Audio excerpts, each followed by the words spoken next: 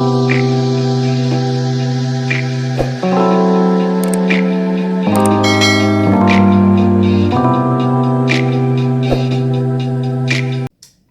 my loves. Listen, first of all, thank you for taking the time out of your day to kick it with your sis. Once again, I appreciate you very much. And if you do not know by now what my name is, it is Sheba, also known as bareskin&lips, okay? And by the way, like, subscribe, like, hit the subscribe button for me if you dig the review that I'm about to bring to you. Make sure you give it a thumbs up, share it, and the bell over there, rock that bell. Pretty much anytime I'm dropping new content, you'll be able to know what's up. You dig? So listen, I'm a bookie. I love to read, and my taste varies. So I like anything from Dave Ramsey books to Christian T.D. Jakes, any Christian type books, urban love, everything. I don't discriminate. I like it all. So you're gonna get a vast range of book reviews from me. So if you're a bookie like me, tune in. You're gonna love it. Okay. So let me just kind of jump into this now. With any book review that I do, I'm gonna give you a taste, just a taste of what to expect without giving it away, because you may want to read this book, you may want to get it, you may want to get an audio, and I don't want to spoil it for you. So that's just how I'm gonna do all of my reviews, and I am still old school when it comes to how I like to read. I definitely purchase the hard copy. I still like to crawl up in my chair and with a good glass of wine and enjoy reading, okay? But anyway, this is the book that we're going to be going over today. It is called Acts of Betrayal. It is definitely more in the Christian genre of books, and the author is Miss Tracie Loveless-Hill. I definitely recommend like searching some of her other books. I like her style of writing, and she has some other books out there, so shout out to that. But just a little bit about it before I just kind of jump into it. My opinion on it is I would definitely suggest it as a read. Okay, I liked it. I like the book. I will say, if you're one of those people that like to be grabbed in the beginning, so that it can keep your attention, this may not be it.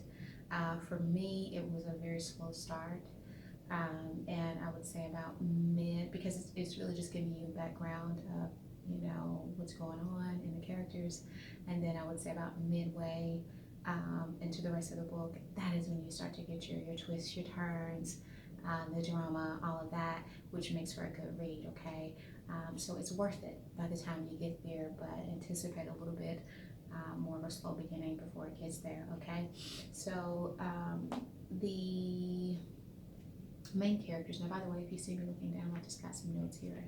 All right, main characters in the book is Michael and Larice, and Michael and Larice are pretty much just sweethearts. They are high school sweethearts that eventually got married, and in their union they have 5 kids, okay? So you don't hear of any drama with their marriage. It seems like they're happily married, like they want to be together, they enjoy their families, which is always a good thing. But you know, they kind of hit a bumpy road, and so Michael, who is pretty much the breadwinner,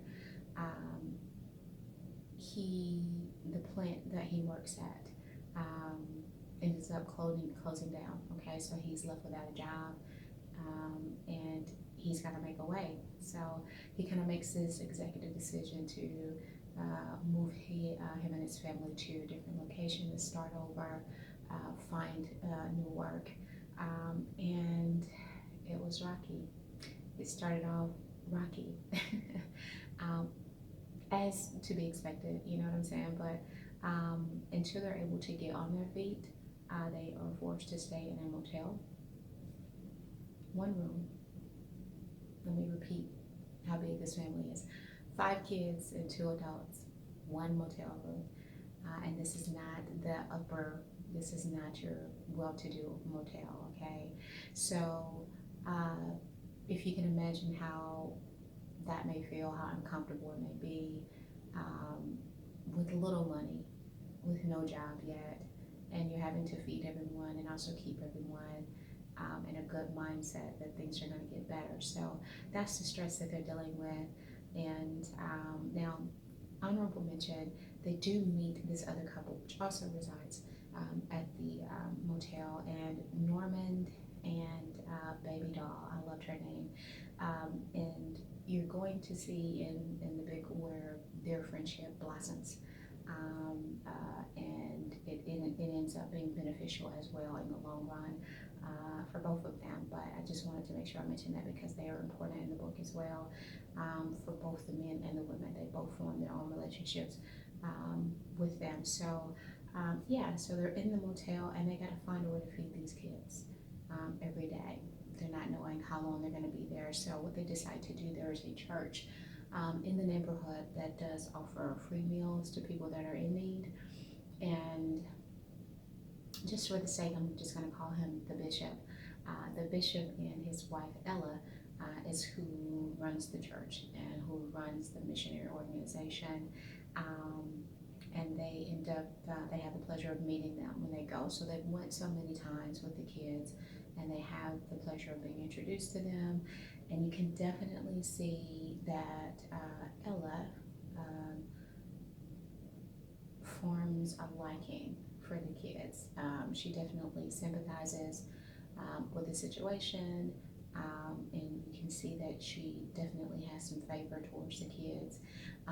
And what they decide to do, her and the bishop, eventually, they offer their home for the kids to stay until Michael and Larice are able to kind of get on their feet. Now, this was very generous. This was very generous because, for one, they don't know them like that. You know, that's very rare, you know, for people to offer their services like that, but it happened, and they did need it because at this time, it's summertime, the kids do have to go back to school very shortly, and they do need a permanent address to make that happen. And with them still looking for jobs, you know, they're not sure how they're going to do that, so there's a lot of pressures that they have. Eventually, they go see the home that the bishop and Ella have, and of course, it's in a beautiful neighborhood because this is a, you know, this is a prominent church, so people in the neighborhood know the church, they know, you know, the couple, so they're in a very, you know, prominent neighborhood with a beautiful home, so they feel comfortable in that aspect, and then they made them feel comfortable about their kids are going to be saved, and we really just are trying to help them because that's what we're supposed to do. So they just make that decision, although weary about it, they do make the decision for the kids to stay there. There is no stipulations to this, so they can come and see their kids whenever. No pre-planned visits, just let us know you're coming and come on. There's no money involved, there's none of that, you know, it's just we're helping you. And whenever you're ready, come and get them, okay? So first visit, first week of them being away from their kids, they go see the kids, you know, there's reassurance. The kids miss them, of course, they're their babies, so, you know, they see no changes, and there were no problems, you know, so they're feeling good about it, you know, and they get back to work and try to save their funds and this is that and the other. But by that second visit, you guys, you can see the change. The vibes were there, and these weren't good vibes, right? The demeanor of the kids changed. These were loving kids, and their entire demeanor changed, and also how they responded to their parents changed, okay? And it was very noticeable. Also, it was noticeable in the change between the bishop and Ella, okay? So there was definitely a vibe there. It seemed to be rushed. They didn't say, get out, you don't have a long time, but the feeling was there, and they just weren't happy with the visit. And so this is when that change starts to happen. This is when the trauma, the scandal, lies, and all of that start to come into play. And they leave there just not in a good place, and with a need to hurry. Like everything was in a hurry. Like, we got to work overtime. We got to really get this money together so that we can get this house and get our babies back. Because something just ain't right. But also it changes the dynamic of their marriage as well. So, like I said, there were no problems there. Now, also, let me just mention Maurice. She had a background of depression and mental issues well before this incident, just due to her upbringing and her family life beforehand. Mother that wasn't supportive, wasn't there, and a murder in her immediate family. So she already was dealing with things, but she was managing. She was wife, mom, and she was managing. This here just kind of tipped the scale for her, and everything changed. Like, she changed, okay? And both of them started, you see it. So on Michael's point of view, you have him being the husband, the father. He feels rushed to try to get things done. And then you have Lori's, which is the mother, and what mother wants to give her kids. And then now I got a feeling like I did the wrong thing. It's just not panning well, so they're both rushing to try to make things happen.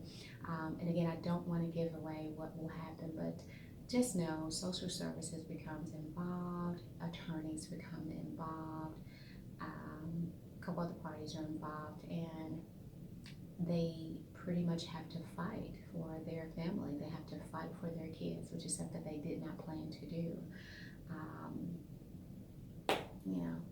Moral of this story, don't judge a book by its cover. If it seems too good to be true, it just may be too good to be true. So I'm going to leave it at that.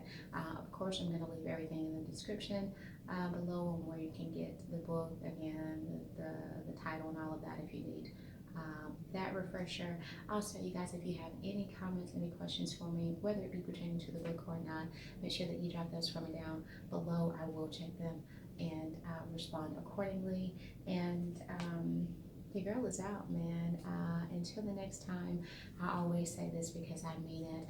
Please be kind to someone. You guys, it does not cost us a dime to be kind to the next person. It is so lacking today.